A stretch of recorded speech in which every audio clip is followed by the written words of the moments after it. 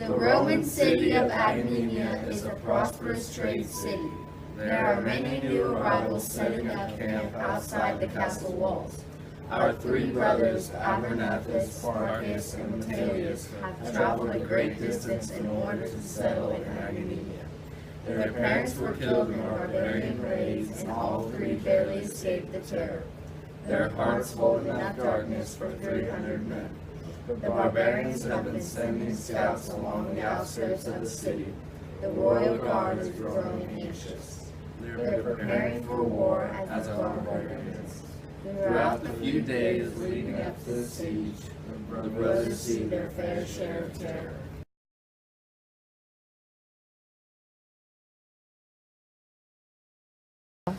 Three brothers are walking down a dirt road on their way to Agnemia.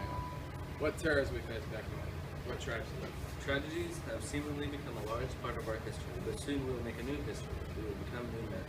What say you, Metellus? These hardships have been hard to bear, but we've made it this far. We must continue. We will thrive in this new man. We face new trials. The barbarian attacks left us with only what we could carry. I presume we'd like to keep our reputation intact. We will not resort to thievery. New life, new land. Agreed. We should be seen as good, honest men. An honest man is obedient. If he treats his country's laws with due respect and honors justice by swearing to the gods, he wins high honors in his city. Brothers, what is this? I fear some omen from the gods. There on the horizon, a shadowy silhouette of a man clinging to the darkness. Metellus reaches for his sword. His eyes dart across the horizon. Metellus, do you see any more men? I fear we're being watched. Spartacus grows uneasy. His eyes fall to fixate on any given point. We must leave this place. They'll follow us until we're deep into the realm of Morpheus, and then silently kill us. Who knows? In this world, perhaps such actions are no crime. The wisest course of action would be to continue on our way. We mustn't alert the scouts. Forward to the city of riches. It's likely we'll be seeing our shadowy friends in the future. Agnemia has been whispering tales of a battle between Agnemenians and the barbarians. As the three brothers travel to this new land, a group of ruthless warriors watches their every move, using scouts as their eyes. Their intentions are unclear. They're likely to be malevolent in nature.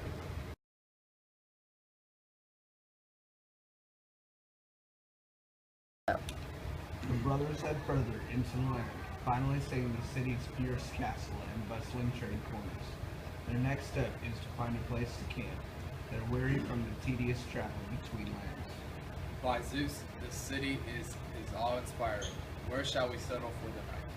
Somewhere warm and dry. My limbs are nearly frostbitten. My sword doesn't take comfort in the weather either. There's an open space by the market. Hurry, we mustn't be caught under the stars. Those men could be anywhere. Abernathes and Spartacus begin to assemble the clock building, while Metellus skulks around the perimeter.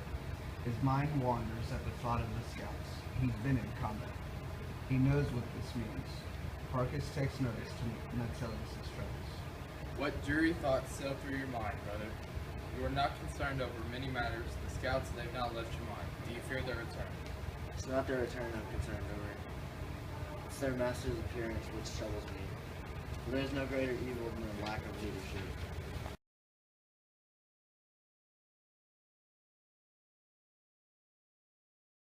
The three brothers are sleeping soundly when they are woken from nearby commotion. What's happening? Who's making all that noise? We're under attack. Take up arms, brother. There's no attack. I hear no conflict. There's something else going on. Unless we're being deceived by our old age, what you've said just seems reasonable to us. The brothers dress themselves and head out to assess the situation. They're all rushing the castle walls. There must be a proclamation from the royal guard. We must hurry. The proclamation has begun.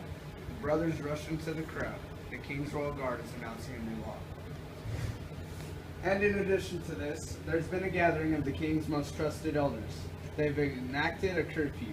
No one is to travel farther than a league outside the walls. No one is to leave these lands, and no one is to enter. There are the laws. These are the laws, and you are to follow them. That is all. It's the scouts. They've frightened the people. They've enacted a curfew to protect citizens from capture. I believe this is the beginning of a great battle. I'm not sure if I'm supposed to feel safe or concerned. Since those who rule are much more powerful, we must obey in this and in events which bring us even harsher agonies. What are we to do? This is not a time for trade. This is a time for war.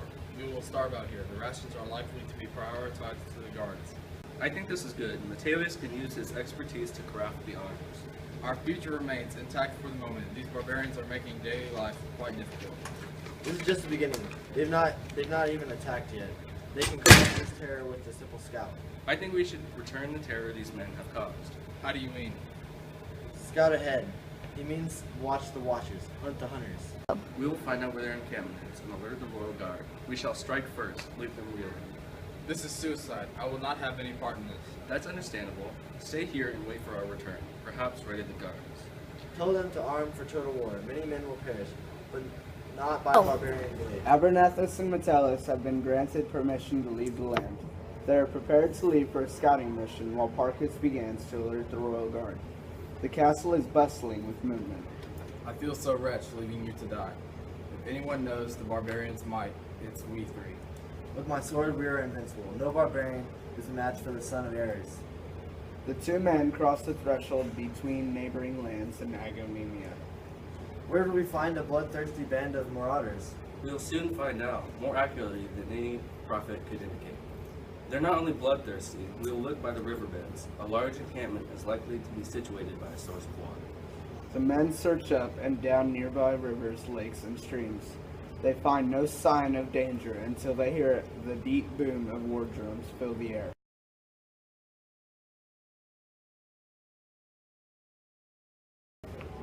I feel this is not an ordinary band of barbarians scum. This is a war party. They are ready to ride off Agamemnon at any moment. We've not estimated their numbers, but we've no doubt they're ready to advance. We must turn back. Agamemnon must be armed for war.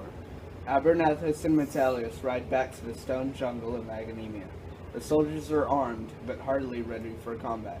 Parcus is waiting outside the walls.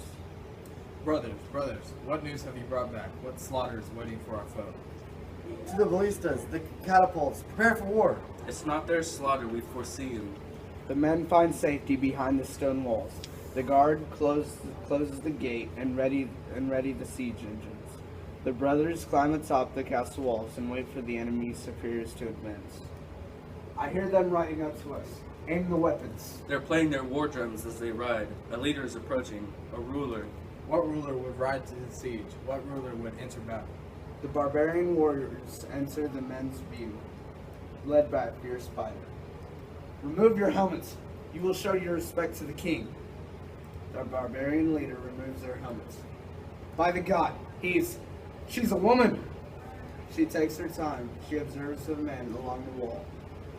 Your trading across our lands has come to an end. You will pay for your trespassing. My warriors have pledged blood allegiance to me and my cause. They will accompany me in the spirit world, but your spirits will walk the land, never to obtain peace. You will be horrid monsters, both in life and in death. This is no declaration of war. This is the war, here and now. First, they compress us into near nothingness, then full-fledged combat. This woman knows her tactics. I am Valerius, tribal ruler of the open plains. You are finally under my grasp. Prepare for battle. Valerius draws her sword. Her loyal warriors follow. She has no sense of compromise in times of trouble. Whatever good sense people have by birth no longer stays with them once their lives go wrong. Draw swords. This will be a battle for the ages. I'll see you in Hades, brother. The many warriors of the land fought for hours, days, until finally the wounded were dragged off the battlefield by the few survivors. Valerius laid waste to countless Agamemnon fighters, but eventually she rode off after seeing a multitude of her followers fall in battle. Agamemnon won the battle, but at the expense of numerous lives. The terror the barbarians caused will not dissipate so quickly. Agamemnon now has a wound that may never heal.